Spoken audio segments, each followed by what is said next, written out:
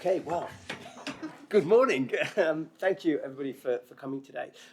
As you can see, you've got me chairing this today, and unfortunately, Denise couldn't make it. So I wanted to just start by asking whether everybody actually knew everybody here, because I see some new faces, I think, and I think on that basis, it might be good just to do a round of introductions. Do you want to start? I shall start. Thank you. It's also a good reminder to put the microphone on because that's when the live streaming can pan to you. So that's why we use the microphones. So good morning, everybody. I'm Liz Hunter. I'm the Director of Policing, Environment and Place at the Combined Authority. Councillor Jane Scogan, Deputy Leader of Calderdale Council and Portfolio Holder for Regeneration. Councillor Alex Ross-Shaw, Portfolio Holder for Regeneration Planning and Transport, National Council. Good morning.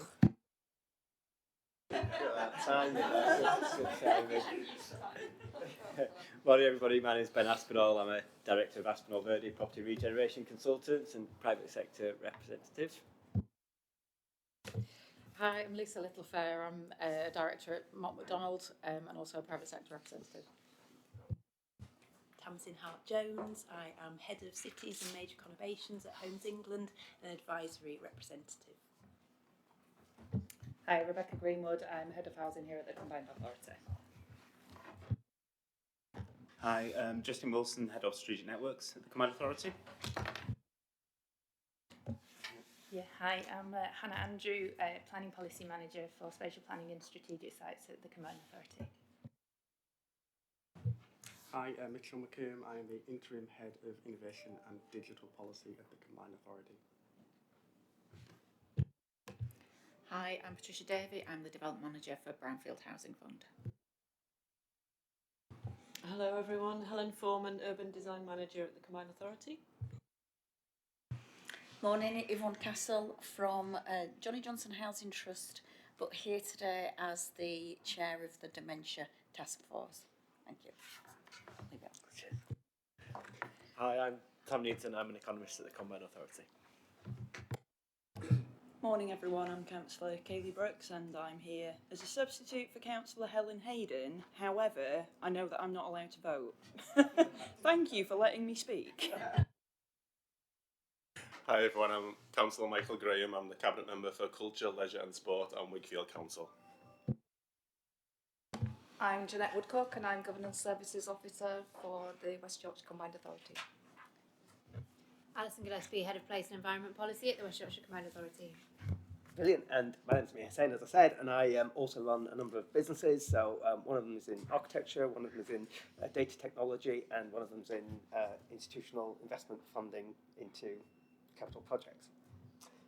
Okay, so that's great.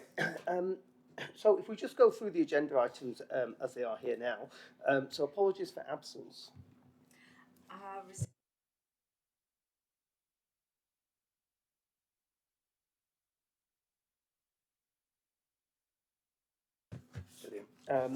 And then on to item 2, declaration of any interests. If I may, Chair, can I just kind of reiterate in terms of the importance of this item? If you have any schemes coming forward that your organisation may have been involved in any shape or form, it's really important that you kind of declare it so that we have a record of that. So just to re-explain the importance of that, if you think there's anything on the agenda that you've been involved in, then please do be able to say. Thanks. I mean, Leeds City Council have an interest in, I'm not sure what the agenda item is, but I know that there's some developments within there. Yeah, Brownfield, yeah. There's something in there about Leeds flood litigation scheme, which obviously we're working on. I do need to leave at 12:15, I think. I'll let you know, so I'm probably gone by that point anyway. For the Brownfield Housing Fund's item, there are items in which Homes England are also funding. And I will also add that the City Village scheme is one that we're involved in. Rapid Development Framework is one that my company is involved in, and also I think on the Dementia Task Force front, there's one of the projects, Greenwood Housing, I think is in discussions with them as well. So those from my. Well, I better say City Village is obviously a Bradford Council project, so we're kind of there now, aren't we? Chair, for the avoidance of any doubt, there could be a long list, but particularly brownfield housing and dementia-friendly item in particular. Thank you. Okay. I'm sorry, I'm assuming Wakefield is also involved in the brownfield housing. Sorry, I'm not yet Regeneration, but we'll be in a couple of months. So apologies. Okay, excellent. Is that it? Yep. Okay, brilliant. So, just exempting information. Do we have anything? No, so there's nothing for that. And then the minutes from 5th of January. Does anybody have any comments or queries or? It was the minutes from November. Oh. The last meeting was in Quarret, Ah. so it's the last meeting minutes to be approved. Right. Okay. Does that apply to anyone? I would just make one point. I think there's a reference to a declaration of interest that I made in that one, which it references City Park. It's actually City Village, not City Park. For me. It's City Village.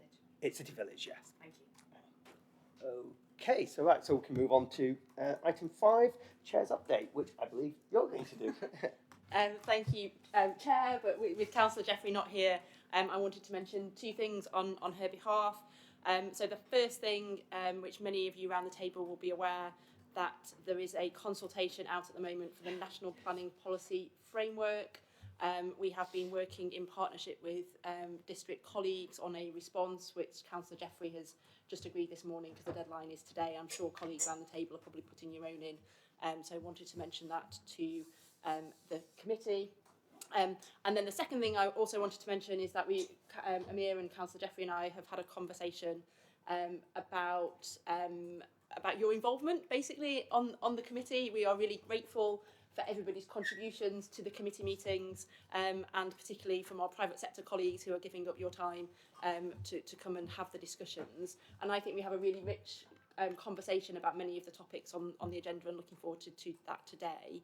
Fully appreciate there's a lot of other things happening though, so we often bring the papers and it's driven by you in terms of what you want us as a CA to do. We obviously only have a certain amount of capacity and whatnot to bring things forward. So what we've been talking about is if there's anything, particularly the private sector, but also district colleagues that you want to bring to the committee to kind of either showcase or issues that you can see from your perspectives, then it would be great to be able to have a conversation outside of the meeting to think about how we might want to do that. On other committees, for example, we have had presentations from others about what they are doing, about some of the challenges they are facing, and they've brought things to the table to have a discussion around. I think we've obviously got one today talking about the Dementia Task Force, which is great.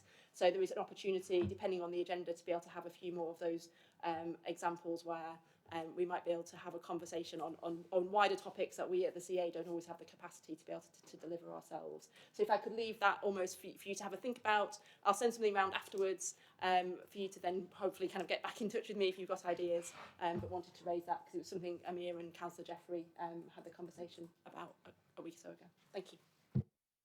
Yeah, I just think that also, I mean, it was something that the LEP chair, Mark Roberts, is trying to sort of really maximise the knowledge, the latent knowledge and activities that the private sector are involved in. And I think to bring that forward is a really good opportunity. And Lisa, I know you, men, and so on are going to be involved in things that have got a lot of significance. And I think that sort of being able to maybe schedule those into some of the agenda items where it can really help to sort of bring out a better outcome, I think is a really good opportunity for that. So that would be great.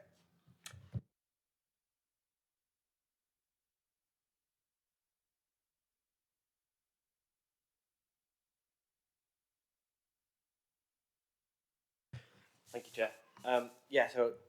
Morning everybody. I'm just here to present a bit of an update on some of the state of the region indicators that are most relevant to this committee. So in paragraph 2.2 of the report, I've provided a table of all of the relevant indicators.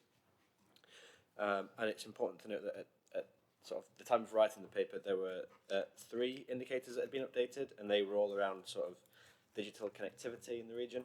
So I'll be providing an update on those in a second. But just to also note that on Tuesday this week, BEIS published new data on households in fuel poverty.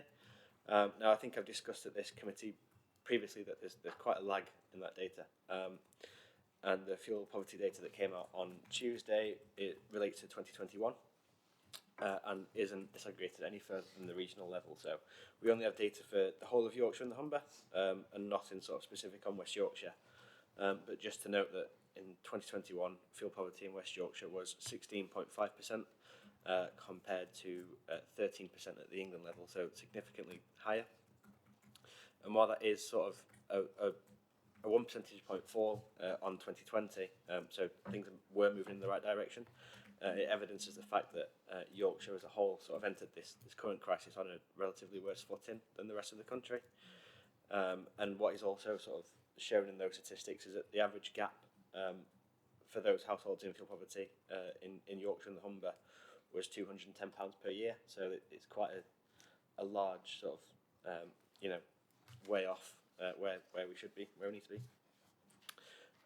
Linked to that as well, the End Fuel Poverty Coalition updated their forecasts on sort of households that are projected to be in fuel poverty by the end of by the start of April this year, and that sort of update reflects a rebase on the updated BEIS figures, and also a new approach to set the fuel poverty threshold at 20% of post-tax and household cost income, compared with the 10% that was previously used.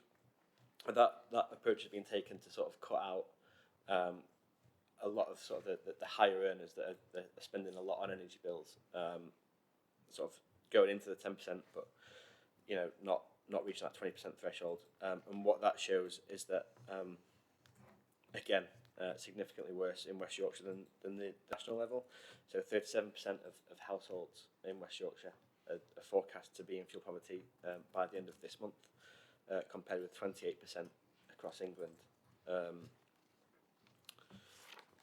So yeah, on that cheery note, moving on to digital connectivity. Things actually look pretty good across the region in this area. So gigabit capable internet coverage. All districts except Calderdale are significantly above the UK average. The government have got sort of a Project Gigabit in this space, where the target is to have 85% of households in the UK sort of capable of having gigabit connectivity by 2025. Bradford and Leeds are already at that level, and Kirklees and Wakefield are well on their way to sort of achieving that. So positive sort of figures coming out of that.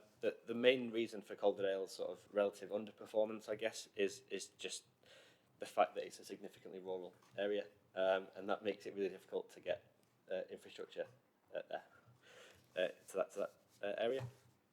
Superfast broadband as well is very good across West Yorkshire. The UK level is 97%, and 4 districts out of the 5 are above that level. Only Calderdale is sort of below that, but they're at 94.7%, so it's very close, very, very good connectivity really.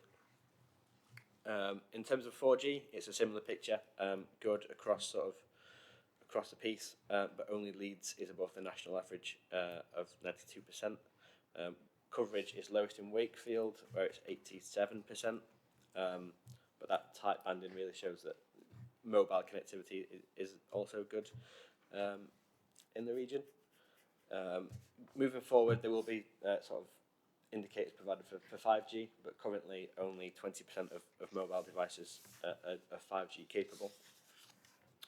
Looking forward to the next place committee meeting. The focus will be more around healthy life expectancy and just general life expectancy as well as sort of housing affordability, which is all due in the next couple of months. A short update on the macroeconomy. CPI inflation has risen by 10.1% in the year to January. They're the latest figures that we have. That's down from 10% on the previous month. and from the peak of 11.1% sort of autumn time.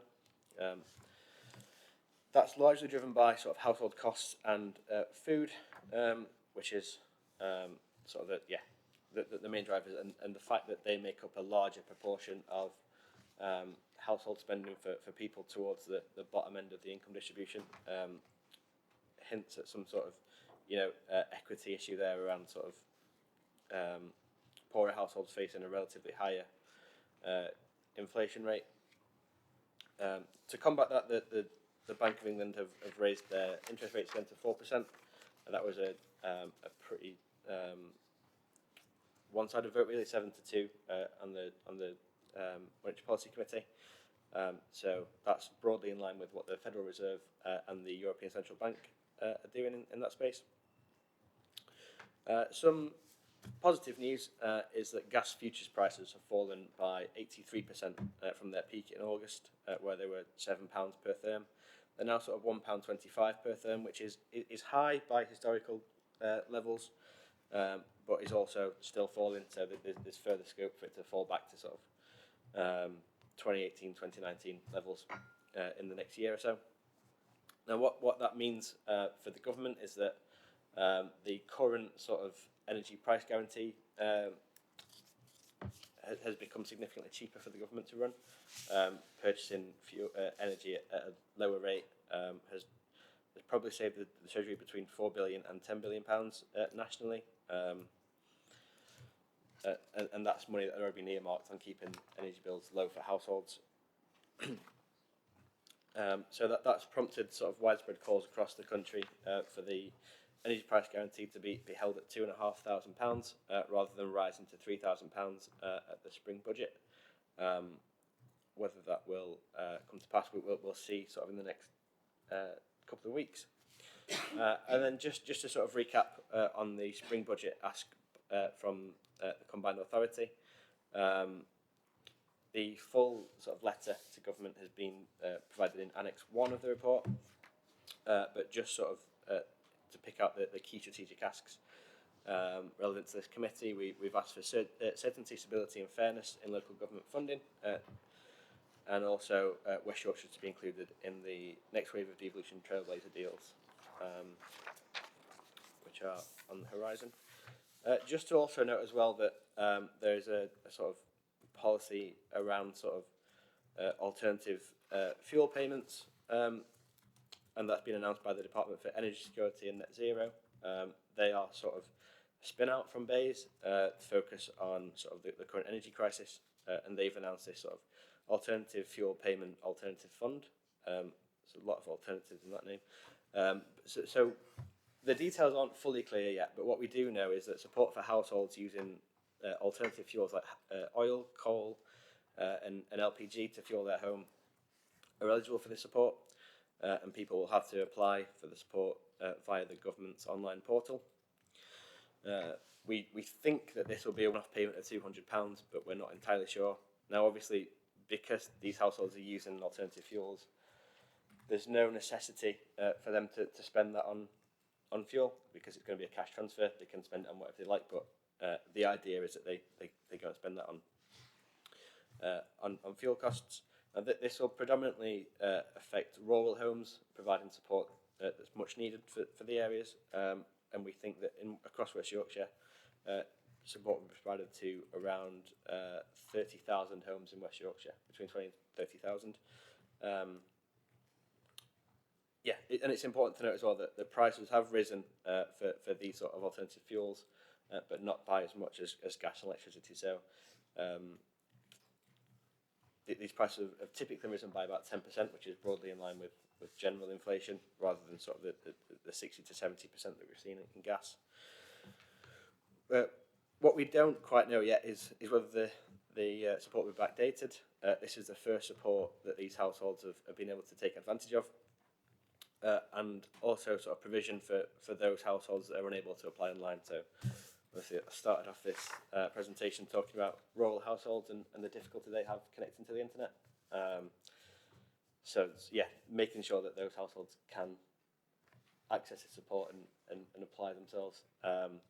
is going to be really important and a big challenge for us. With this scheme open to applications until the 31st of May, so sort of 3 months there to people to get applying. That sort of rounds up my report. Thank you, Chair.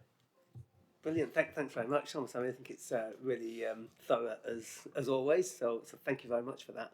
And I don't know. It seems like it wasn't quite as bleak as your last few that we've had to sit through. So that's positive.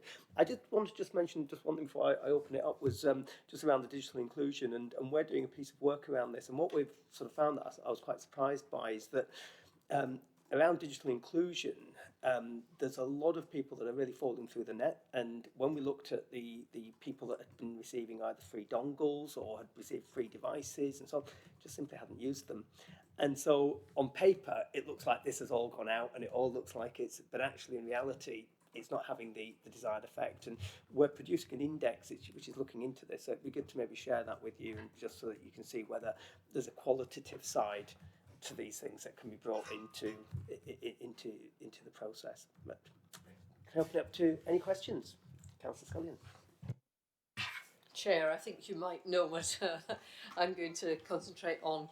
I am very tired, really. At the meetings we've had in public and in private, there's this is all looking very good, except for Calderdale and Calderdale, and really that's not good enough, because as a combined authority, we're keen on inclusive growth, really, with no one but left behind in terms of districts. And we also have in the past, particularly in relation to housing and so on, where there is some market failure or where there is some need for public intervention, we work together as a combined authority. So as a plea, really, in terms of just moving onto that issue in terms of trying to get rid of the except for Calderdale and Calderdale, because we move together, we walk together as a set of 5 districts, and it is holding us back. And it's holding us back in terms of business, of course, but it's also holding us, and we're just about this evening, our Cabinet receives our local plan, and we're open for business, we're open for people to move to Calderdale for, you know, fantastic growth in house building, etc. Of course, people will look and see, actually, can they work at home? Have they actually got access in terms of living in our beautiful countryside? But it's also holding us back in business and in residential choices. But I think it's extremely damaging, really, that kind of there's parts of West Yorkshire where these things don't reach, and we have beautiful hills. It shouldn't be a barrier in this modern day and age to actually having decent internet at home and in your business, really. So that's my heartfelt plea, and I'll be very polite and pleasant, but the next report, really, you know, I may well have a full-scale temper tantrum, so I'm just flagging that up, really. Where is there an opportunity for a public sector intervention to at least shift the dial on this? Thank you. I think you make a really valid and very strong point. I mean, I think it's a much deeper issue, actually, because the reality of all of these things is that we can actually inadvertently fuel the inequality that we have across the district. And I think that if we don't have that focus on the places that are not included, you know, I've kind of lived through that experience, and it's amazing what happens when people are simply sort of not aware of what's going on, and there's others that are, and they progress ahead. And I think a lot of the underlying situations that have arisen through sort of societal things, I won't go into all the details now, but there's lots of things that have arisen out of the fact that, you know, it starts to have very severe implications when communities do get left behind. So I think it's something that does need to be tackled. But if there's anything you want to come back on that. No, completely agree. Thank you very much for your comments. Yeah, I think what the report is kind of showing is that in terms of household connectivity and what a typical household might use the internet for, West Yorkshire is doing very well. Where we're sort of falling down a little bit more is around sort of the business connectivity. So businesses are much more likely to use gigabit capable internet. And what that could mean for areas where connectivity is poor is that they struggle to take digital payments, so card, for example. And that's, a really big issue that we... Please. May I come back? I wanted just to use an example I've used before, and forgive me if you've heard it before. There's, within my ward, in fact, within Calderdale, there's a small town called Mythenroyd, small village called Mythenroyd. And there's a guy there who's got a business which is basically learning Japanese online, worldwide. Can he actually run his business from his home or anywhere in the village? No, he can't, really. He has to actually travel to the nearest place where he's got decent uploading, etc. capacity. Now, in those rural and semi-rural areas, there are so many creative and interesting people with businesses with the potential to grow, and that's what we're missing out on. Thank you very much. It's always good to get a graphic example like that. If there's no other questions or comments, please, Ben, go ahead. Thank you, Chair. I'll just be very brief, but a couple of points. I really think it's a great thing in the letter to Treasury about the budget that we're pushing for this trailblazer status to increase powers and funding. I think that's, I think we should be taking every opportunity we can to consolidate the combined authority and grow those powers and funding. So I think that's fantastic. I'm not going to get on my high horse again, but what I think there was a missed opportunity in there was about this fuel poverty aspect as well, in terms of the strategy for, not necessarily for WICA, but for government, and pointing out the fact that it's that statistic, 37% of people are going to be in poverty. And I think Stephen Moore last time said, it doesn't matter whether you call it fuel poverty, housing poverty, energy poverty, it's poverty. It's shocking, and you can see that with the amount of homelessness and things as well on the streets increasing and so on. So I think that I can't let an opportunity pass where that's not just noted, really, and we've got to, when we've got opportunities like this with budgets coming up, we need to be saying strict to government. We need to be pointing out the challenges. Like I say, we face greater challenges in this part of the world than a lot of other parts of the world, and we need to be making sure that's crystal clear to government, and that they're doing something about it at a national level if we can't do anything locally. That's all. Thanks very much. Okay, so on that basis, we'll move on to agenda item 7. Thank you, Chair. So this item is around our strategic place partnership that we've been working with Homes England to develop. So we're bringing this to seek endorsement, subject to any comments from the committee today, and a recommendation from the committee that the combined authority approves the strategic place partnership business plan, which is attached to Appendix 1, and the terms of reference for the SPP board, which is attached to Appendix 2. So just by way of a bit of background and building on some of Councillor Spillion's comments on the last item as well, this has been a really inclusive piece, and we've co-written this with each of the 5 local authorities, and clearly with Homes England as well, and with private sector partners such as West Yorkshire Housing Partnership, Historic England, and other partners around the table as well have been involved and consulted on this piece of work as it's developed. So the Strategic Place Partnership recognises the value that we can add in West Yorkshire of working collaboratively, locally, regionally and nationally to support good quality housing growth. But I think not just housing growth, we've got a really concerted effort for this to be about place making and sustainable development, and not just building homes to meet housing targets. So the Partnership Business Plan recognises the need for us to work together at a very early stage in the development process to achieve this. So you'll see in the business plan itself, we have identified areas of focused activity where we believe that partnership can add value across each of the 5 local authority areas. These are largely aligned with our spatial priority areas, or are cases where we've already got significant joint investment and work underway where we know more greater public sector intervention can support the best quality development coming forward. So a key to those places being identified, as I said, is not just about building new homes, but they're focused on the wider impact and the transformation of those places. So to move this forward, it's important that this is the start of a journey, is the Partnership Business Plan. This sets out our statement of intent of how we'll work together and more collaboratively in a more formalised way with Homes England in West Yorkshire. And we feel that it's very important that senior representatives have a forum from Homes England, the combined authority, local authorities and partners to drive forward the delivery plan that will sit beneath this SPP. So the SPP board will provide that forum and be the responsible body for overseeing the development of the delivery plan and the focused areas of activity where we will jointly look at investment opportunities, etc. in these places. The suggestion from the committee in our private session for each local authority to be represented on the SPP board where a project within their area is being discussed has also been incorporated into the terms of reference. So in terms of next steps, after taking on board any comments from this committee, the paper will be presented to the combined authority for approval on the 16th of March. And then following its approval, the first meeting of the SPP board is proposed to take place in April, and then there'll be a more formal launch of the SPP partnership at UK Reef. And a memorandum of understanding will then be developed and signed between Homes England and the combined authority to formalise the partnership. I think that's a bit of brief background, and there's a lot in the documents themselves, and I'm more than happy to take any sort of questions and feedback. Thank you, Chair. Brilliant, thank you very much. I have to say I thought it was again really good, and it's very much, I think, speaks to the very essence of what this committee is all about. And I think the combination of place and incorporating that and bringing in a whole series of different stakeholders into it, I think it's the absolute manifestation of what we want to do here. So I think that's fantastic.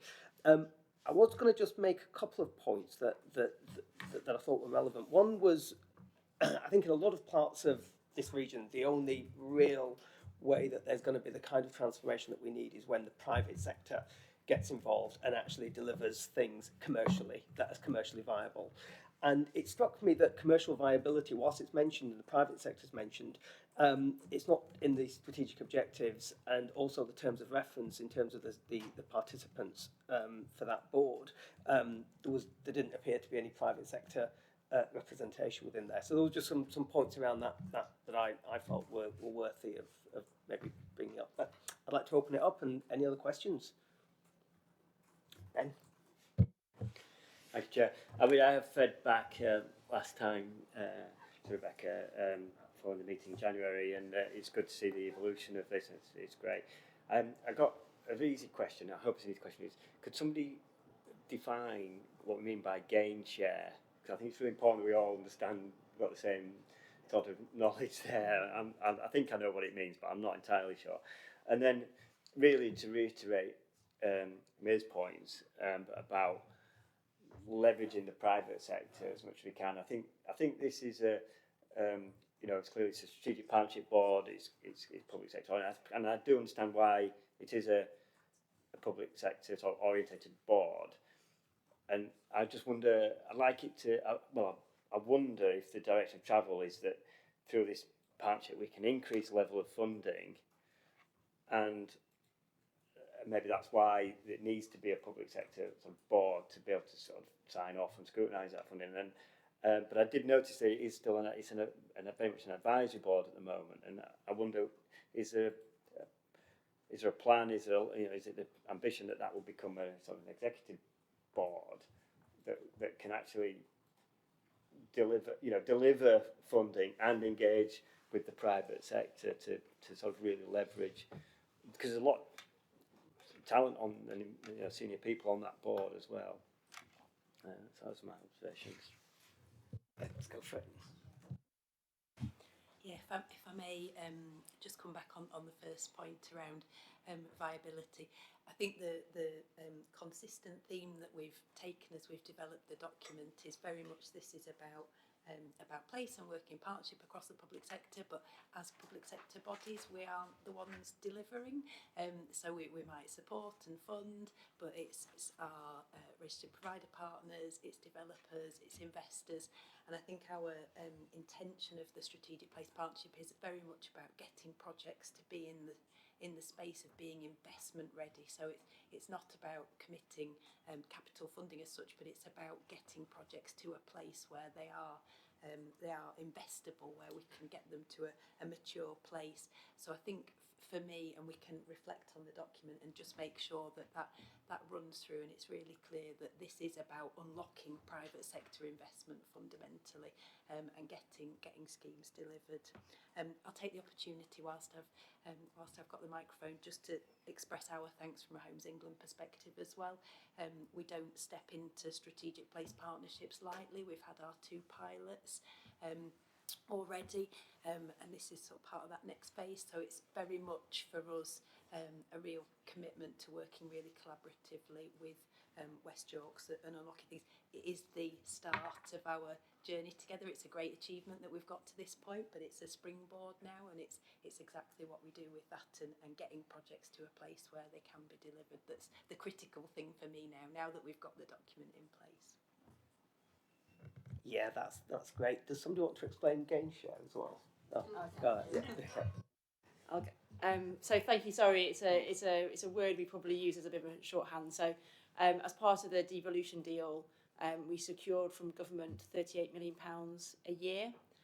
It's a 25-75 split between revenue capital. So, 75 revenue, which is good actually, because for those that you know, county, you can use revenue on capital, but not the other way around. So it gives us more flexibility.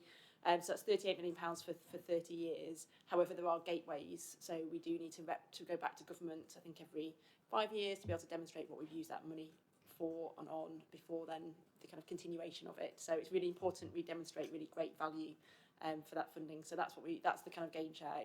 You might wonder why it's called gain share when actually it's a direct kind of grant, but anyway, that's kind of what it is. I think that's on your other point about the decision making of the board. I think what we've tried to do is set it up so each individual organisation still retains its own decision making. So this committee is a decision making committee, the combined authority is, and we're not, we still see this as a place where those approvals are going to be taken, and Homes England will equally have their own approvals that they will continue to take through their own organisation. If in future you collaborate on a particular site and you want to set up something specifically for that site, then that's maybe a different matter. But at the moment, that's why we've done this, because we recognise that each organisation coming to the party will have their own approvals that they'll need to go through. Please. Just to add to that as well, the members of the SPP board are members that then would sit on those decision-making committees and can promote what the SPP advisory board has said. And just on the sort of private sector membership point as well, we thought quite a lot about that. And I think in the same way that we've talked about representatives from each respective council being there for items, similarly, if sort of there was private sector delivery partner that had been procured, etc., they'd be part of any discussion about any project level sort of stuff at board as well. I think we talked quite a lot around who would be relevant in the private sector to be sort of as part of that board. So West Yorkshire Housing Partnership have a seat at that table from an affordable housing point of view. But I think through this committee as well, and Councillor Jeffrey being part of this with our private sector representatives helps bring that kind of thing around. Yeah, I think that's really useful. I mean, we're looking at, in Bradford, there's the Bradford Development Framework, which is currently being developed, which I think is really interesting because it starts to identify the characteristics of the city in the means of what are the challenges that are in certain areas and what are the opportunities in others. And if there needs to be a cross-subsidising approach, or there needs to be a broader view taken rather than just simply one site in one place, actually it allows that overview to be taken. And I think that when there's conversations with the private sector along those lines, I think they have to be relationship based. And I think that by the time it's become a project that's gone to tender and has gone to the market and so on, I think it narrows down the opportunities for finding a really creative solution in some of these really challenged places. And so I just think that when there's people that you've got this constant relationship and feedback from, and it feeds into it, I think it's much more meaningful than if it's, well, we'll consult you when we've decided and put it out there. And so I find that there's an extraordinary amount of appetite within the private sector to get involved in this sort of thing, but they find the machinery of it really, really problematic. And essentially it's like a computer says no, basically, so it's really a case of how I think those relationships can be enabled to feed into creating a solutions. That would be my view. Are there any other questions or points, Lisa? Hi, thanks, Chair. I just wanted to say that I'm really pleased to see the point in there in the strategic infrastructure section about linking development with transport connectivity and the whole quality of life piece. I just wondered if there'd been any consideration about what else is required for good quality of life around the sort of sites that are coming forward. Yeah, absolutely. I mean, there was quite a lot of discussion around hooking into the wider mass transit piece, etc. And we'd had comments that we've discussed with members of this committee as well around that. But in terms of the wider piece as well, absolutely, a lot of those areas are linked into sort of local centres and urban centres work as well. They're very strongly linked into some of the key strategic sites in current and emerging local plans that are about bigger than just the housing growth as well. So I think I agree there's strong reference to the sort of transport elements, a bit of a legacy as to who we are, I think, but we absolutely see it as being about that broader placemaking piece, and we've tried to get that across, and certainly in the delivery plan which we're working on in the background, which the SPP board will see at the first board meeting and have discussions on. There's a lot more in there around sustainability, net zero as well, affordable housing, the sort of urban centres, economic growth, resilience, all the other kind of angles that we come at as well. So. Brilliant. Okay, if that's it, we can move on to agenda item 8. Creating great places and accelerated infrastructure. That's a great title. So, who's... Can we just, sorry, on the last one, can we just make sure everyone endorses the recommendations? Okay, sorry. Has everybody agreed? Yep. Okay, excellent. Thank you. Excellent. Okay, so now, agenda item 8. Who's taking that? Justin. Okay. Thank you, Chair. So this item provides an update on the programme development activity, which has been aligned to Investment Priority 3, which is part of our West Yorkshire investment strategy. And as you mentioned, that's under the umbrella of creating great places and accelerated infrastructure. So the report outlines the previous engagement with the committee, so that was on the 7th of July last year, and earlier this year on the 5th of January, and also the committee, also the Combined Authority as well earlier this year. And those engagement points with the committees and politicians has shaped the proposals that we've put forward into the assurance process at the moment. So we've very much been on quite a long journey on this, but I think the engagement we've done so far has bearing fruit in terms of the quality of the programme and the portfolio that we've put together. So as it stands at the moment, we've developed a portfolio level strategic assessment, as we're calling it. So that's essentially an early business case stage, the first decision point in our assurance process. And that looks at basically a strategic fit and the size and shape of the programmes, and whether it's something as a combined authority and a partnership that we should be doing business in those areas. So that's in the system. It's currently being considered by internal assurance, and subject to that being passed and it going to combined authority approval, it will be approved in March, in a week or so by the committee. So in terms of the content of the work that we've done, the proposals are listed at paragraph 2.8 of the report. So just to recap, that's housing and regeneration, employment land, special priority areas, flood infrastructure, which we've touched on previously with this committee, digital infrastructure, natural environment and green infrastructure, and also safer and stronger communities, which includes the safer parks work. So it's quite a broad-reaching portfolio of work, and the rationale there is to look at it all as one portfolio, because they are very interlinked in terms of some of those themes, and we've touched on some of those through the debates on the earlier items of this agenda. So there is a bit more detail on each of the themes, as we're calling them, those points that I just mentioned in Appendix 1. I won't go through them in detail now, but obviously there's a massive amount of work there. And as I mentioned earlier, subject to assurance and combined authority approval later on this month, we'll hopefully be driving forward the programme level development of those business cases, starting hopefully this summer with some of the early business cases coming through the system. So the proposed timescales as they stand at the moment are listed at paragraph 2.11. And that'll give you an overview for the types of things that we'll be interfacing with this committee and also the Combined Authority in the future. And the final point is that the report also provides some additional information on the proposals for 2 new funds. So that's the Housing Accelerator Fund and the Employment Accelerator Fund.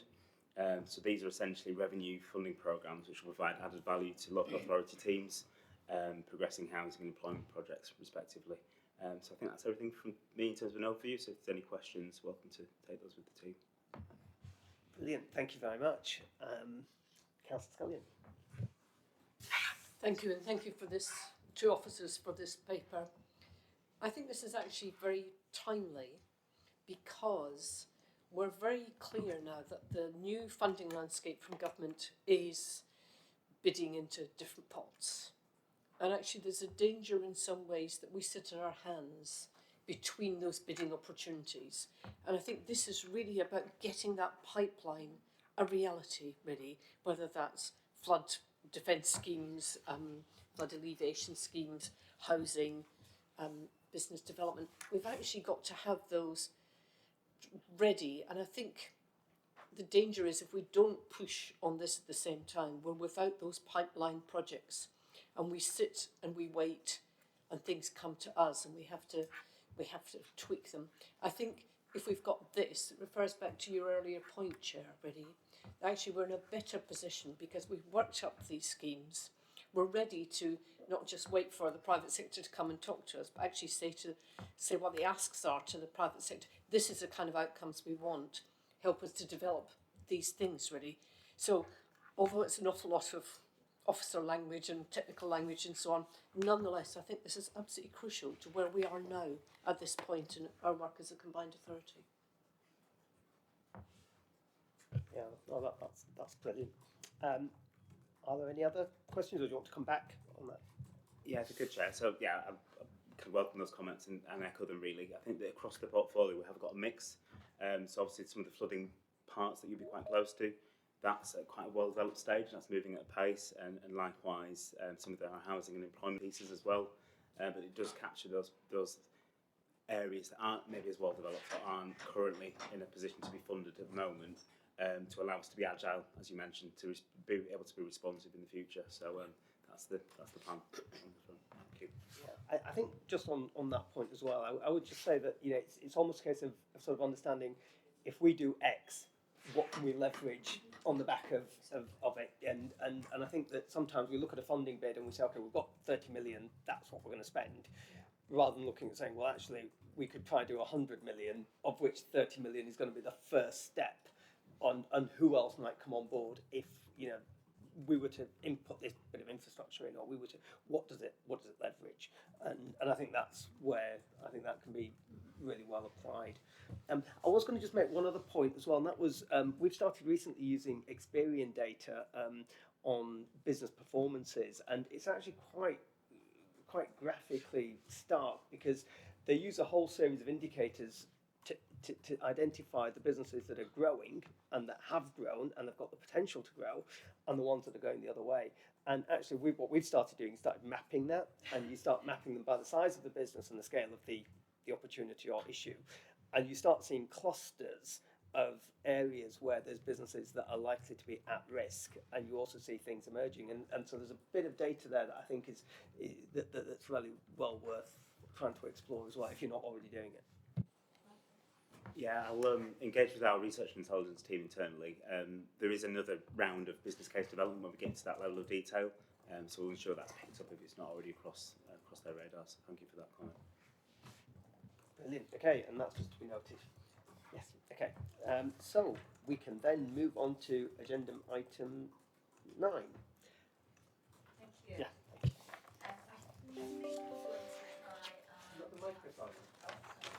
Thank you. I think we're going to try and have the presentation on screen. We're ready with a Teams meeting. Yeah. I know the gentleman. Yes. Yeah. Thank you. Yeah.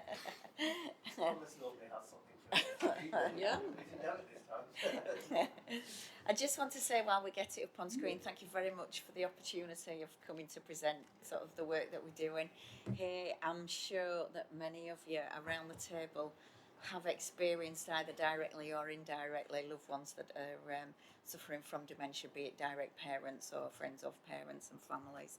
So what we have here is really a coalition of the willing, which it's not formal. We've had lots of conversations around formal partnerships, haven't we, this morning? This is an informal partnership of passionate people that are in this space. So we're almost there by the look of it. And also take the opportunity to thank Helen from the Combined Authority, because she does make sure, as a group of people, we're all whipped into shape and make sure that we're driving the agenda forward, which is great. So thank you to Helen for her support. what we would say is as part of the Mayor's campaign, you can see here, the Mayor said she would establish a dementia-ready task force, and here we are. I have met a couple of people around the table as part of this work, and I know, Liz, you came with the Mayor to the Housing Partnership as well. So this is the task force presentation. Some key statistics, really, just to pull out. The growing population, the ageing population is growing, isn't it? We all know that. And 1 in 4 people by 2040 will be over the age of 65. And what we are finding is there's greater statistics now about people that are just 65 or around the age of 65 with dementia. And by the time we get to, by the time we get to 2040, 24% of us will be age 65 or over, and 1 in 14 people over 65 already have dementia. So the statistics are growing. So it's something that, you know, we feel really passionate about. We want to try and support. And I'll talk a little bit about how we do that strategically and operationally. And we've done some work around housing being dementia ready. 2/3 of adults living with dementia do not live in purposefully dementia friendly housing. And this is a little bit about the group that we've got together. So quite wide ranging, not just the combined authority, not just the registered providers. We've got academic colleagues in their public health, from the local authority, from Homes England as well, Office for Health Improvement and Disparities. So quite a wide range of people that come regularly around the table to try and move this agenda forward. What we've used as the basis for our action plan, if you like, is the APPG report back in February 21, which is a really good report, very thorough. And Lord Richard Best, who led this report, as Johnny Johnson Housing Trust, we're specialists in older persons living. We have a connection to that particular APPG, which tries to support learning and sharing and improvement recommendations across the country in relation to older persons. So we've taken the particular one about housing being dementia ready and created an action plan that picks up just on some of these issues. We know that every care decision is a housing decision. That was in the white paper around care. So it feels like one of the first times where there's a recognition of care and housing and such a big link together. So we're really pleased with that as being part of the housing sector, because that's been a challenge for us, but we understand that. So what we've done in the report, it outlines what we've done. A couple of the sort of big ticket items so far. I think we've been together for around less than a year anyway, but it feels longer.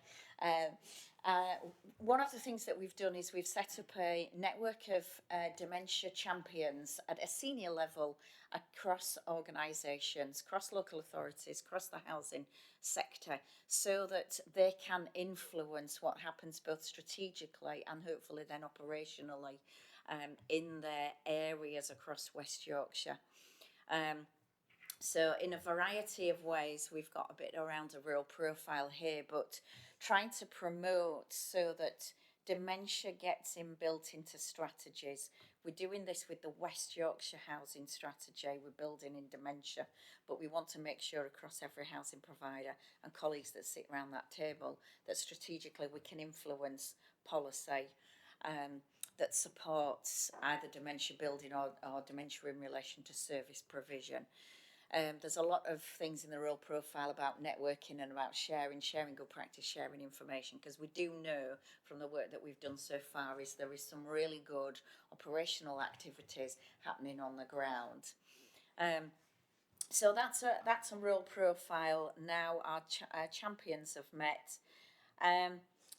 The other thing that we're doing at the moment, and we're working with Rebecca and into the West Yorkshire Housing Partnership, how we make our housing dementia ready and dementia friendly. So we're trying to gather information at the moment when we think about new developments, new homes, what new homes will be dementia friendly, and we're trying to influence that to increase the number that was planned to more. So we're gathering data from all the housing providers as to what homes would already be planned to be dementia friendly, and what can we influence, but also looking at, and this was a request directly from the Mayor when she visited a dementia friendly home in West Yorkshire. She was asking us, so what about existing homes? So we're also trying to collect through the network of champions what homes are across West Yorkshire that are dementia friendly. And actually, when you start asking the question, people go, what do you mean by dementia friendly? So we're working to some criteria which is quite thorough.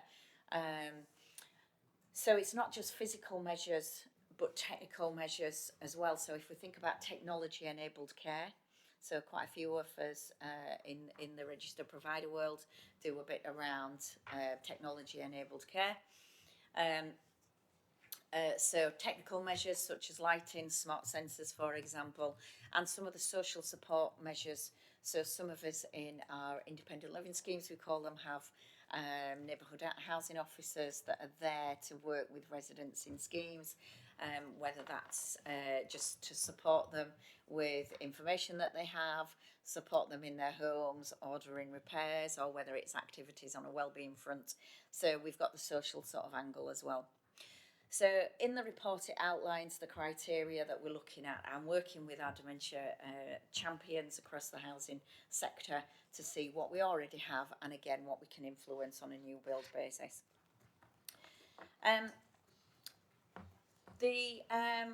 The other thing I think that I just want to say around that is, before we open up to any questions, is the final slide. There we go, the final slide. So we're armed to try and collect some data on new build and existing stock. We want to create a West Yorkshire dementia ready strategy because we've recognised operationally quite a few things happen, but information is not necessarily readily available. People, friends and family and carers don't necessarily know where to go for help and support and advice. So we want to try and create a strategy that can pull all that together so that it doesn't matter where you live in West Yorkshire, actually you've got access to the same support. That's our aim. And through this we'll work with colleagues to create a dementia friendly housing information hub. So they're sort of 3 big ticket items that we're working on over the next year. I'm happy to take any questions. Thank you.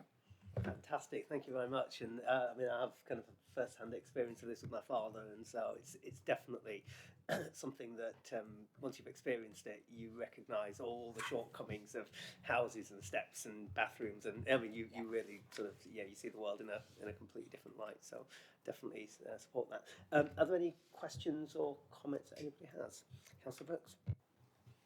Thank you, Chair. I really welcome this. This is incredible. Yeah, like you, Chair. My grandma had dementia, so I think this is so important and will be absolutely life changing for so many older people.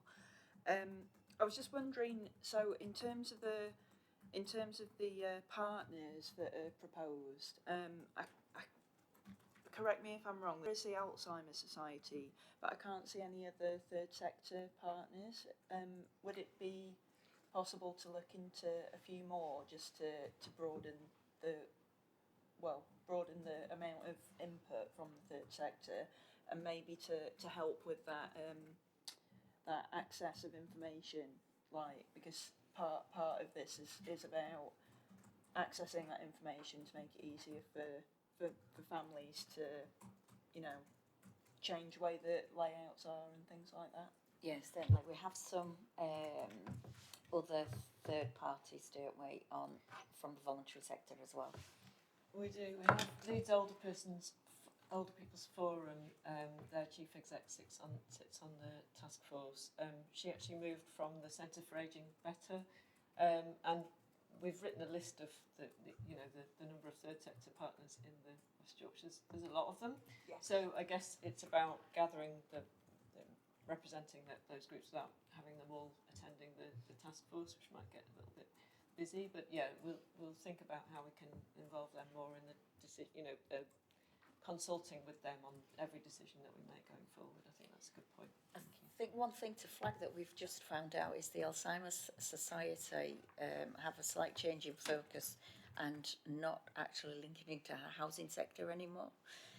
That just came to light. I chair a national older persons group and sit on a national dementia group, and they were represented there. They want to keep in touch because they're passionate about the subject, but the change in their roles and focus at the Alzheimer's Society means they're not going to now directly get involved in housing.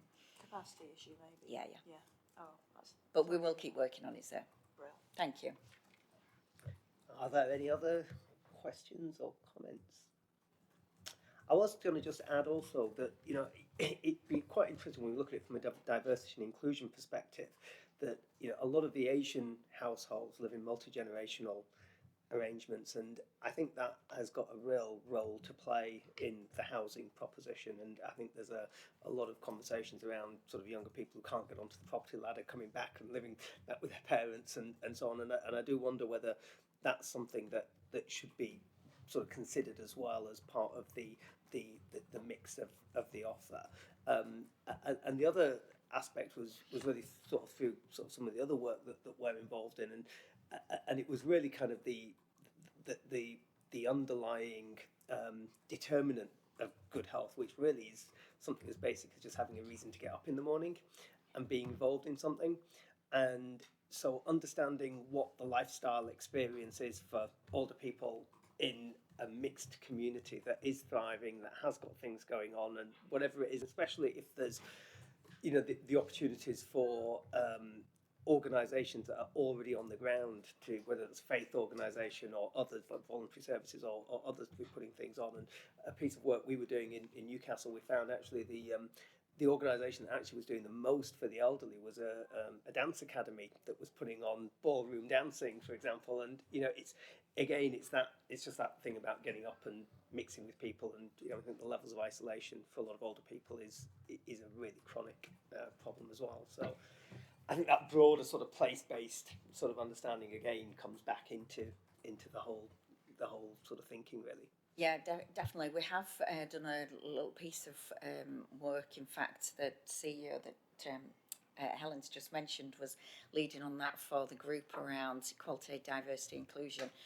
We were looking at mixed communities, including LGBTQ plus as well. So that is a piece of work that we've had to look at to make sure. What we want to do is link into the strategy. We always say in the group, it's fine for us to sit and do this, but actually what's the lived experience like? And I have to say in Calderdale, I want to say this, in Calderdale and in Connect Housing, there is some fabulous work in, really fabulous. We've had some great presentations, so passionate that we've said we'll take and work with them as well as try and work with others that do some wonderful dementia-friendly activities. Because it is, as you say, actually, a reason to get up in the morning and feel included. Chair, I can't let a compliment to Calderdale go. in their fighting for Calderdale, we've got a dementia-friendly development in Brighouse, which is glamorously called Railway Bridge View. Which has really opened my eyes to the extraordinary possibilities of having dementia-friendly units within an overall development. And you think, why didn't we think of that before? And some of it reminds me of the intergenerational work that we've done, in terms of young people and older people and so on. Why wouldn't you include, dementia elements to that, and things like hairdressers having cafes on the ground floor, and elsewhere in Brighouse. There's a care home which has got a practice room used by the Brighouse and Rastrick Brass Band, which is very helpful really in terms of memory work and so on. And I think it's really opened my eyes to other possibilities, and there is a market. There is a market here. There's a demand. but there's also a market, given what we know about the demographics of our areas, really. So thank you for the compliment. No, absolutely is, and Helen will say, because Helen went to visit that, it's a home group property. I live not that far away from there actually, and they've only got one shared ownership property left. The rest have been sold and pretty full. So yeah. There we go, a role for the private sector. And, yeah, excellent. Well, if there's no other comments on that, we shall move on. Okay, excellent. So, agenda item 10, West Yorkshire Digital Blueprint. I know we covered some of the comments that came up earlier, Jerry, Thomas, as your economic reporting, but let's hear this. Thank you, Chair. So this item covers two elements really. So the refresh of the digital framework and the local digital partnership. So I will pass on to one of my colleagues for that part of this item after the initial part. So talking about the digital framework, so we're currently refreshing the document. It was published in 2019, and while that might not seem a massive distance ago, there's quite a clear basis for change now. I think since it was published, the geographical kind of remit of the CA and the LEP has changed. We're now very much about the West Yorkshire Partnership rather than the wider city region, and there's also been significant changes in digital adoption, obviously driven in part by COVID-19, the lockdowns, and also the economic kind of shockwaves that changed the economy quite significantly. And also over that time, there's been quite significant changes in digital technology itself. What's available to the market now is much different to what it was in the kind of gestation period for the original framework. And there's also been quite positive changes in terms of the level of coverage. Obviously, we have got still some quite significant challenges, as was mentioned earlier in the agenda. Even with all the commercial investment that's happening now, plus some of the programs that we're looking at to deliver through the public sector, we're probably only going to get to about 85% coverage of gigabit capable broadband. So there is going to be around 15% of the communities in West Yorkshire that haven't got that. So there is a large area where the public sector will need to intervene to kind of address that market failure. So the proposals for the digital blueprint, still at an early stage, but at the moment we're kind of going through an engagement phase, which obviously this is part of that. And in terms of the structure of the blueprint, there's kind of three strands. So there's place, which obviously kind of a direct link to this committee's agenda, and that looks at kind of infrastructure, data and connectivity in the smart city piece. So in terms of infrastructure, we're talking there about broadband and mobile connectivity as well, and then the data and the usage of that in terms of how that links in with the wider kind of smart city agenda. So that's looking at how we can support the growth and demands of cities using technology to make them work more efficiently from kind of a transport, economic or a social perspective. So it's unlocking the benefits and using technology a bit more smarter. There's the people strand of the blueprint, so that's looking at digital inclusion, skills, confidence in using digital technology, looking at the kind of the business community, and also how entrepreneurs can be used to accelerate the take-up of digital tech among their kind of their business and employee base. And then finally, there's the business strand, and that's looking at business clusters, both kind of digital businesses, but also businesses that use digital. So every business is touched by digital technology in some shape or form.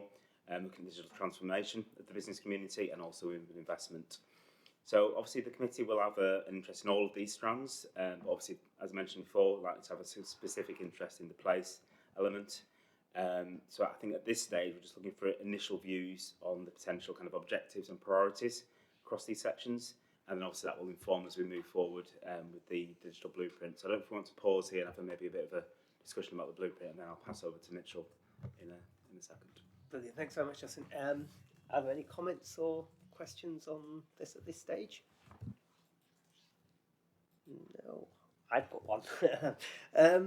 I was just going to say that, as I mentioned earlier, I think that the ability for businesses and people and so on to take advantage of the broadband is actually the critical determining factor. Just having it there is on its own isn't enough.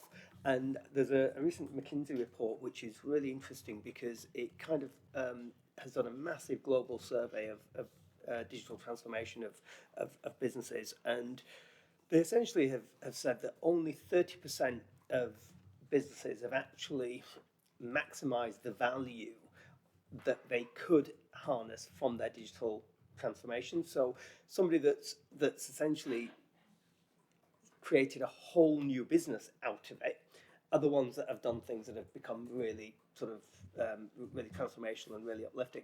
A lot of businesses that have just sort of sped up their processes or just improved their processes actually haven't seen the kind of returns that they expected to see from it.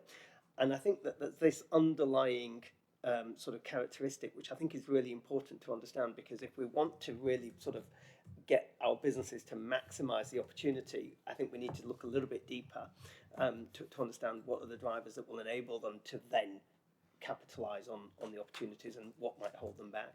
So that was just a point from myself. Thank you for that, Chair. Yeah, that is something we acknowledge. I think it's not all about the numbers and the coverage of these things. I think we do look at that sometimes. That's where a lot of the capital goes into. But I think I would acknowledge that some of the programs we also do in the digital space, so kind of digital enterprise, that does look at the kind of the usage and the take up of digital technology where it's available, and how that can be used in a business setting, but also in the kind of the residential market as well. Nationally, take up of kind of the higher speed, kind of gigabit capable broadband nationally is around 60 to 70% where it's available. So there's a large section of the community that isn't using that asset where it's available. It's literally running across their front door.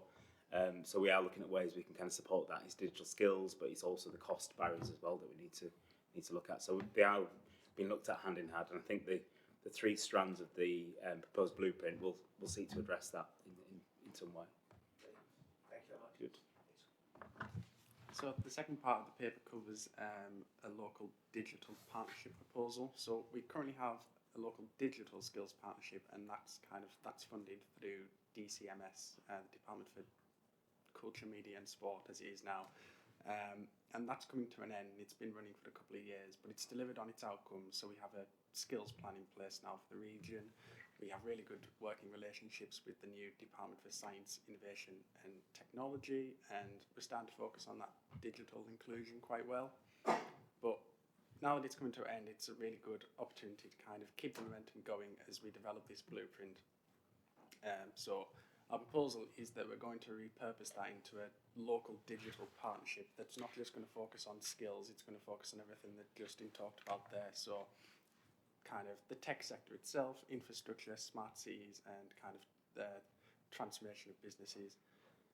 Since the paper that was published, the timescales are a little bit delayed, but we do plan to set this partnership up later in the year to align with the blueprint, to align with kind of the LEP integration activities, and also some clusters research that we've currently got out to commission.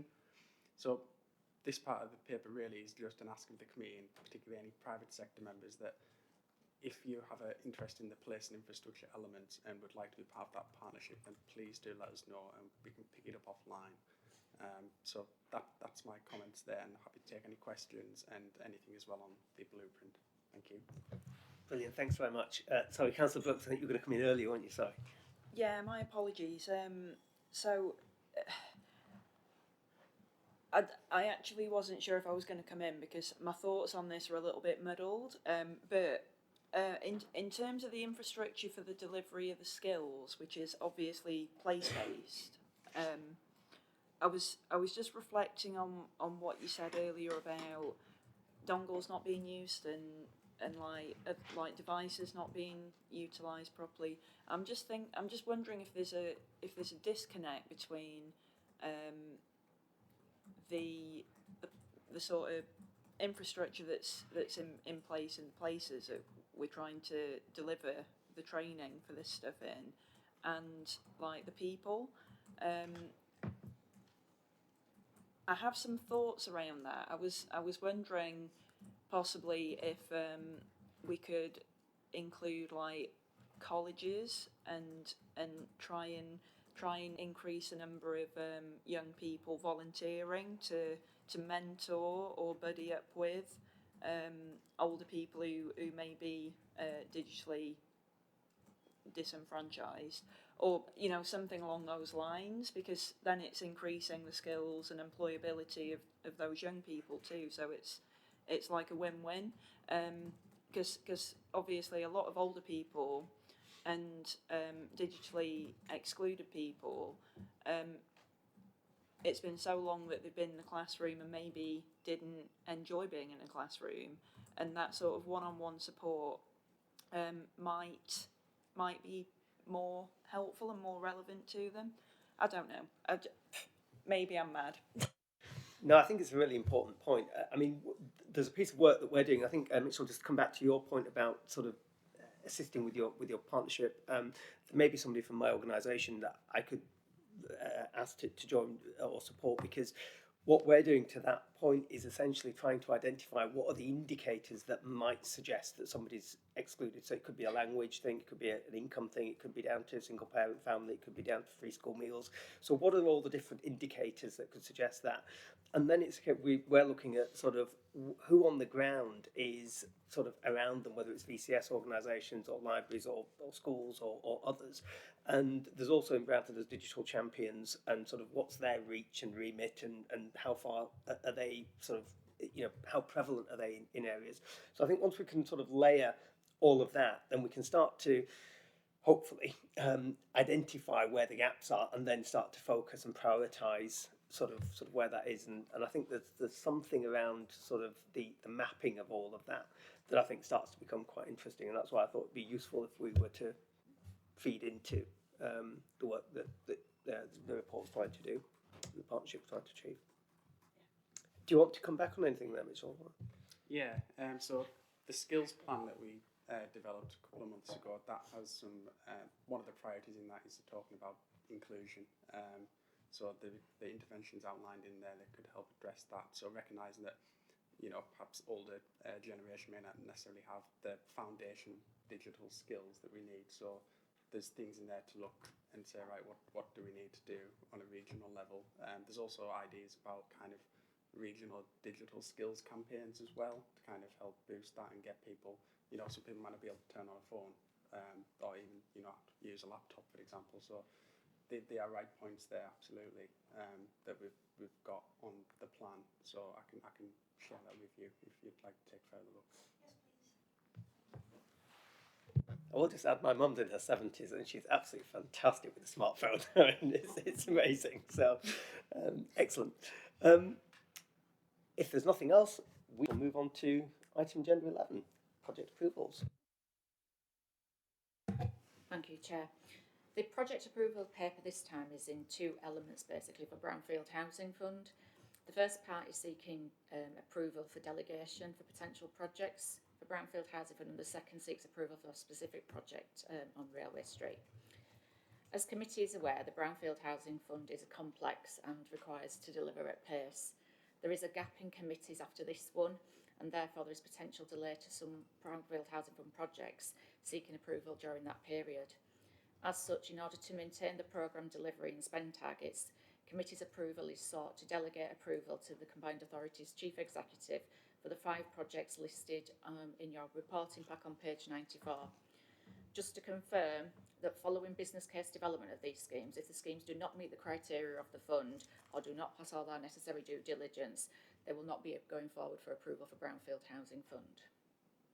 So I don't know if anybody's got anything on that particular element. Okay. Thanks, Patricia. And I note your point about the due diligence. I feel slightly conflicted in some of these comments, because I want to be helpful, and I feel as though there's a lot of themes that are in my mind about around sort of the private sector engagement with some of these projects coming forward. So I'm talking generally now in terms of the nature of the projects coming forward, and the due diligence and the governance in the context of trying to get good governance so we get more powers and more funding, sort of thing. And I'm a little bit concerned that the chief exec might be relying on feedback from this committee, and we're relying on the chief exec. But I think you've answered that point, Patricia. That's fine.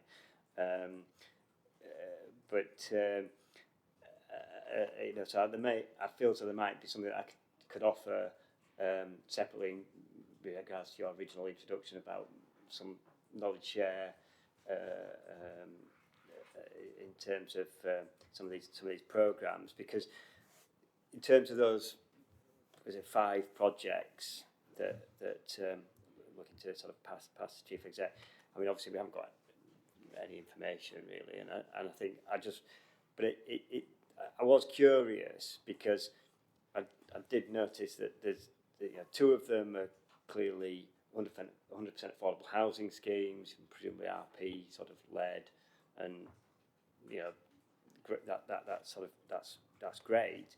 But my questions around that, and it would be something to pass back in terms of due diligence, would be around the layering on of the sort of public sector funding. Because if Homes England are putting grant funding in, and there's various other public sector funds are put in there, and then we're layering it in on top. Are we sort of just crowding out the crowding out the private sector in some of these things? So it was just a point about layering. I'll keep it brief. So there's a point about kind of layering on the funding on the public sector ones. Then I noticed there were a couple of mill buildings, and that again immediately sort of sparks up. Well, it wasn't clear. It's not clear. Is there any affordable housing in those mill buildings? What are we funding now? Are we funding the restoration of these buildings, or are we funding affordable housing? Are we funding sort of conversion, the low carbon agenda? So again, I am kind of interested in that. And then the 5th project was the Sky Gardens there, and again, I kind of think to myself, well, again, why are we funding a building in Leeds like this? Is it the case that it's a tall? I believe it's a tall building. I'm not sure. There's a mill element to it as well, isn't there? But there's a tall building element. And are we confident that all the value engineering's been done? Are they just being too ambitious on building a tall building, and actually there's other schemes that could deliver housing in a different format and so on? So there are, obviously there's a lot of questions there, and I'm sure you're going to say that all that due diligence will get done, and the chief exec will be satisfied. But I don't want the chief exec saying, well, hang on, the place committee said, yeah, it's fine, and we're passing these through and subject to the DD, and none of these questions then get raised. That's the point. Can I just come in as well on that? Because I do agree with that, and Tricia, we've had conversations as well that have kind of, I think, echoed some of that.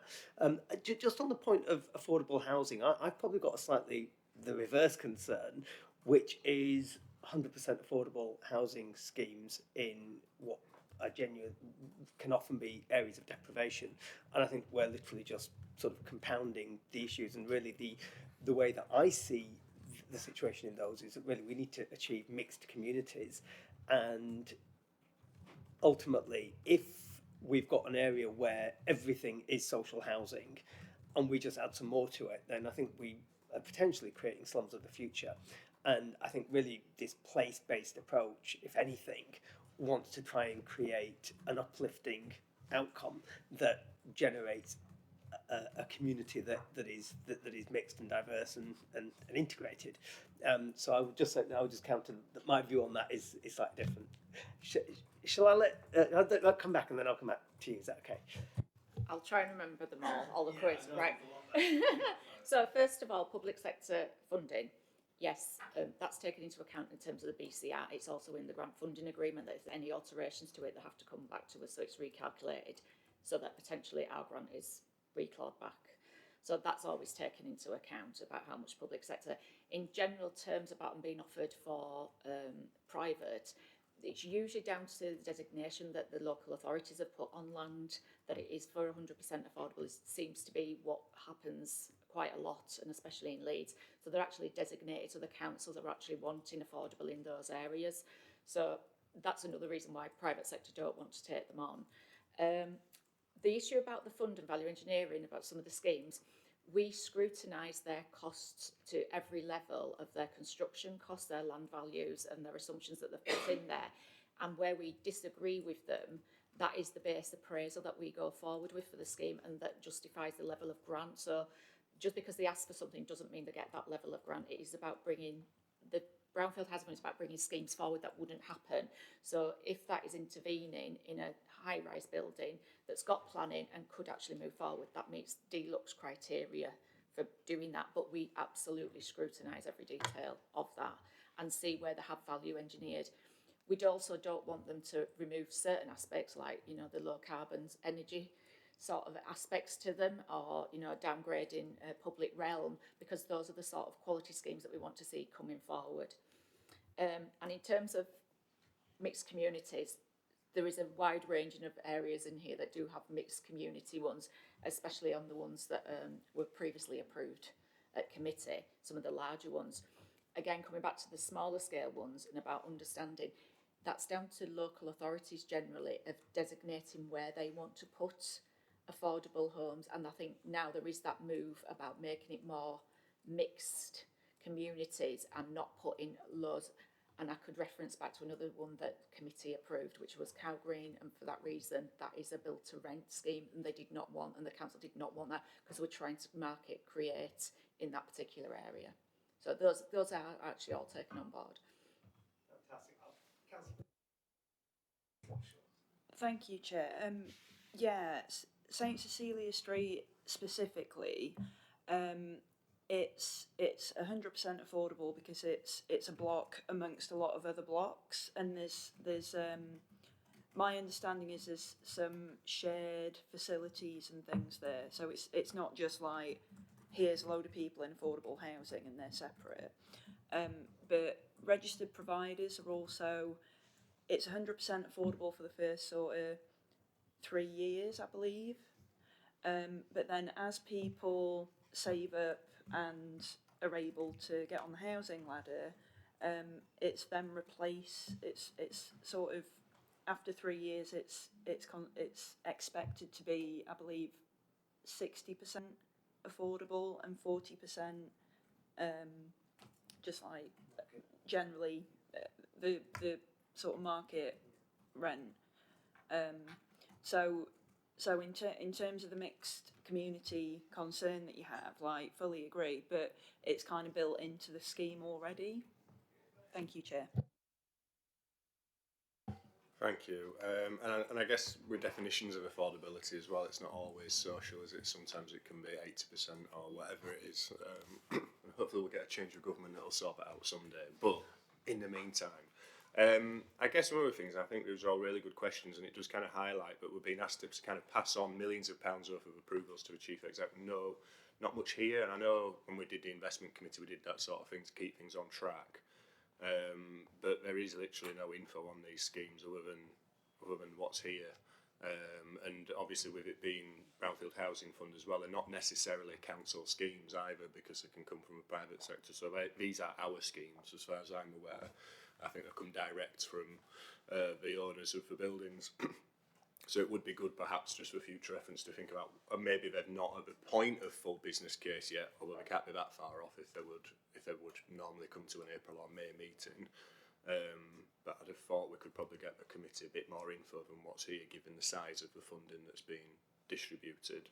And yes, chief exec can make a delegated approval. Maybe we can get a bit more info and he can get some feedback from the committee at the time, even if it's not meeting. So he's acting in a way that he knows the committee's comfortable with, based on more info being provided when it's available, even if that's on an informal basis. But you know, when we did the investment committee, this was like the core meeting really, was all these items.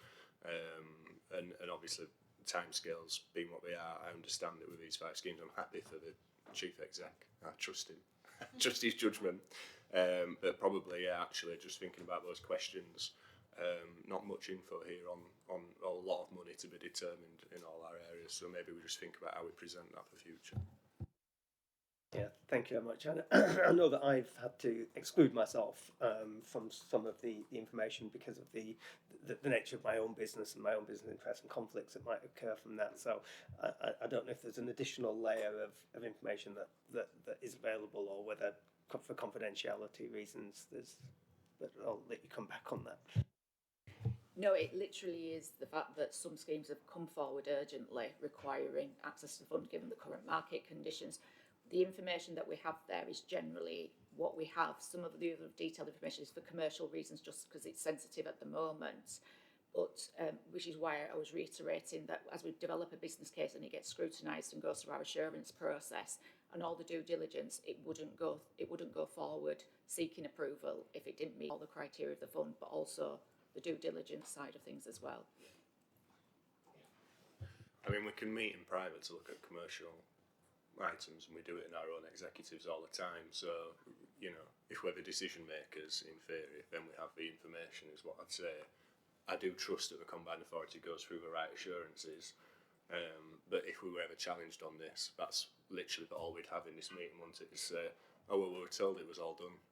That's probably not enough info. It's not the level we used to have, is all I'd say. So I appreciate they might not be ready to have a report as we'd approve, and like you can see, Railway Street is the level, but there's no summary. I'm not necessarily asking for all the assurance to meet the criteria, but what is the summary of the scheme? What is Parkwood Mills, Kirklees? I don't know. But it's £900,000 for 30 homes, that's all I know. So I'd have thought we'd have more info now, but just for future references, all I'm saying is these schemes, I think you could probably do a summary sheet like we have for Railway Street to say this is what it is. As and when it's ready, it'll need to go to the chief execs. We don't have the timescales. Is that okay? I'd have thought, but you know, I don't know if I'm missing something here. just it's like 2 lines on each string.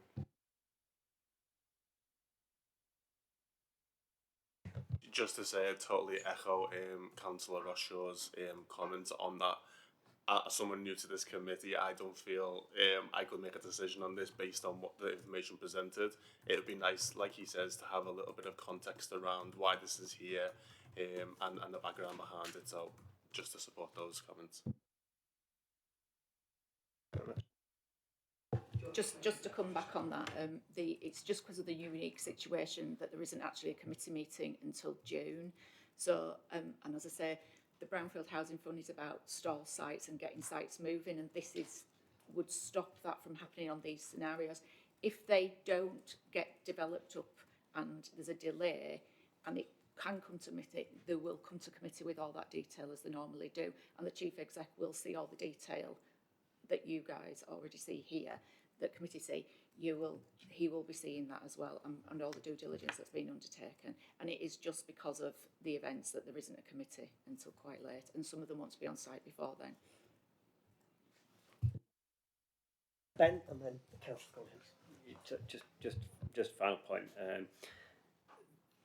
It's worth noting that the grant levels per unit, which is in the reports there, is quite high. It's higher than we have granted previously in other committees.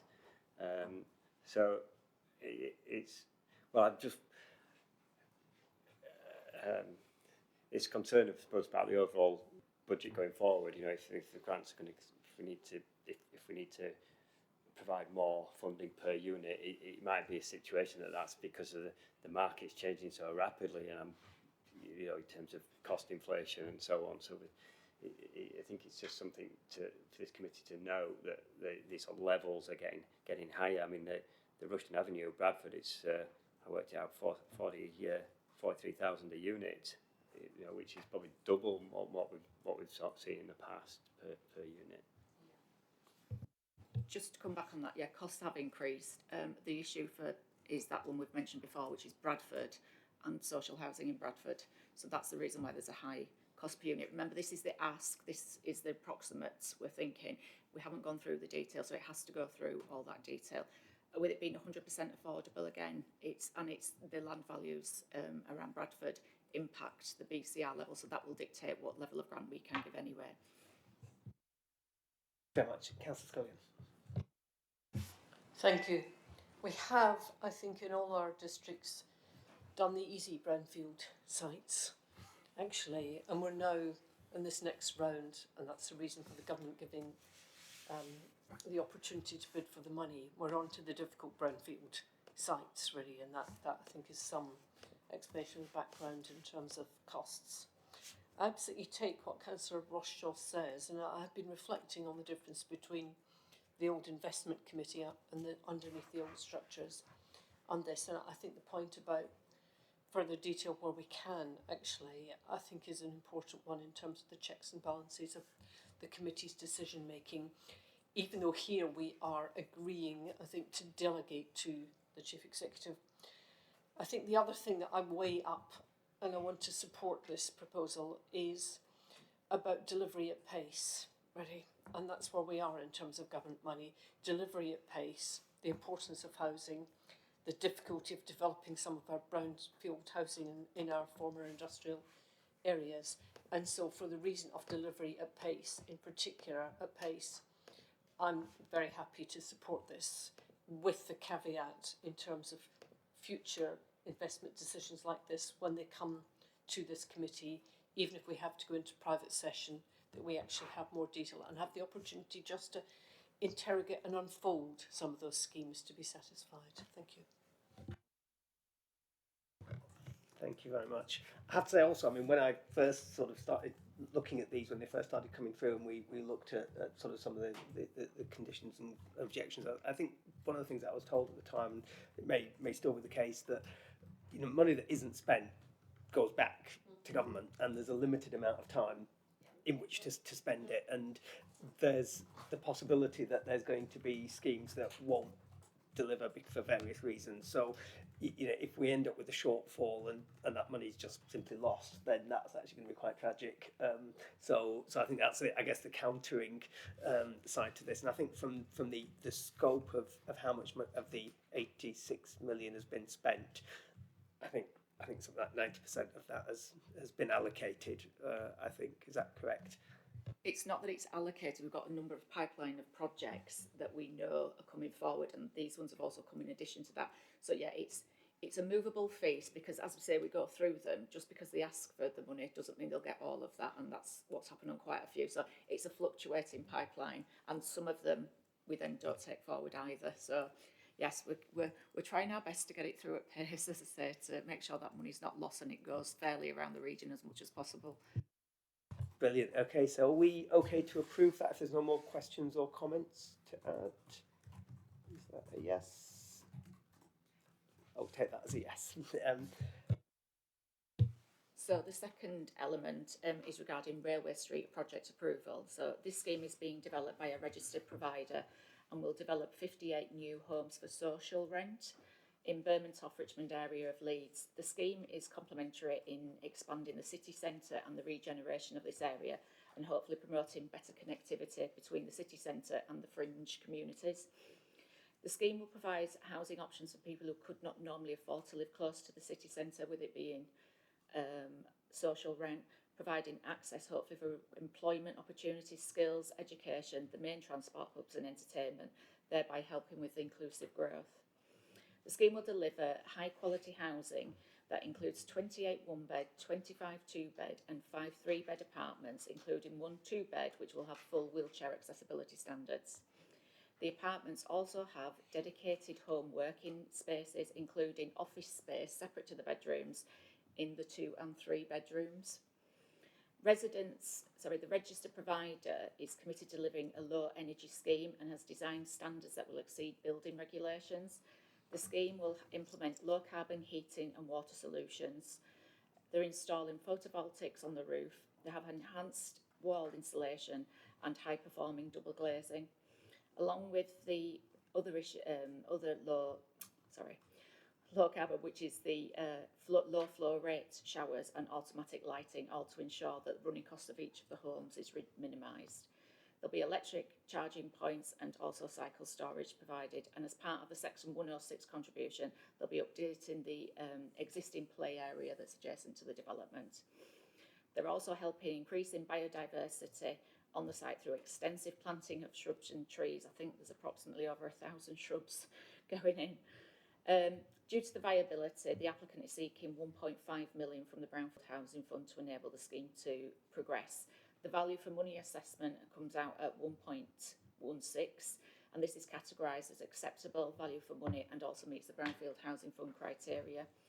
Committee are requested to approve, subject to the conditions set by the appraisal team, that the railway street proceeds through decision point 4 and work can commence on activity 5 delivery. Brilliant, thanks very much. And again, open it up for any questions or comments. Ben?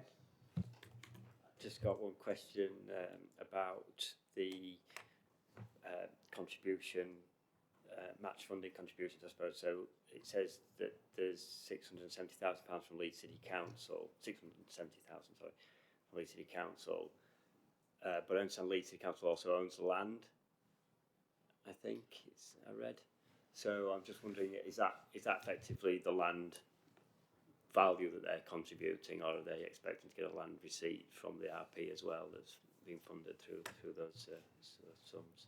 Leeds City Council operate where they sell them the land and then they give them a commuted sum back. So it's additional money as well as the land in effect?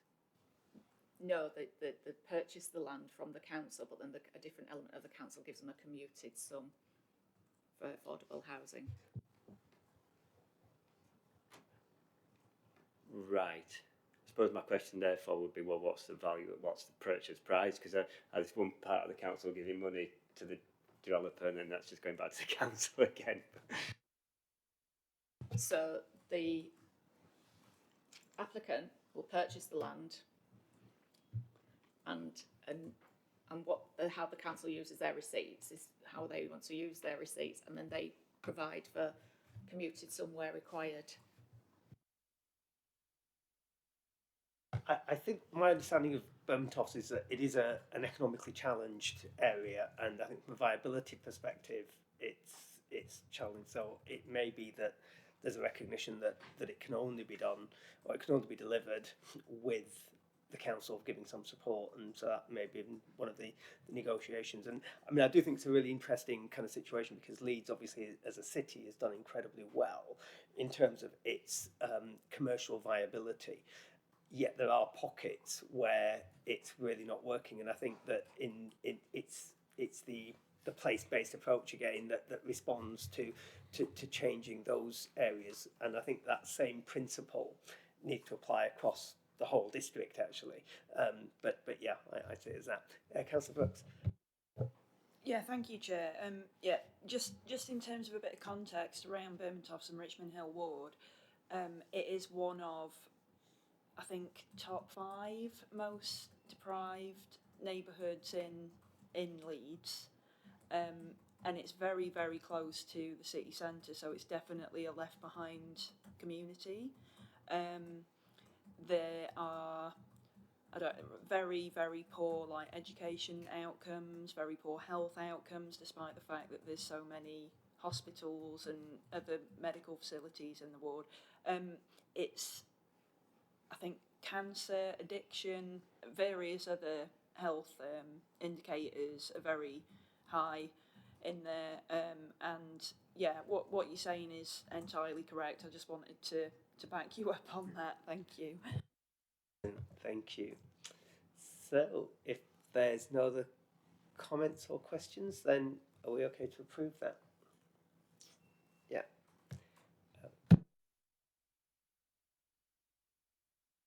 Thank you very much. So no, thank you very much. I really appreciate that. I hope that was useful, and I think that there was a lot of feedback that I think can go back into this report. So we look forward to seeing things progress at the next session. Thank you, Chair. Thank you very much.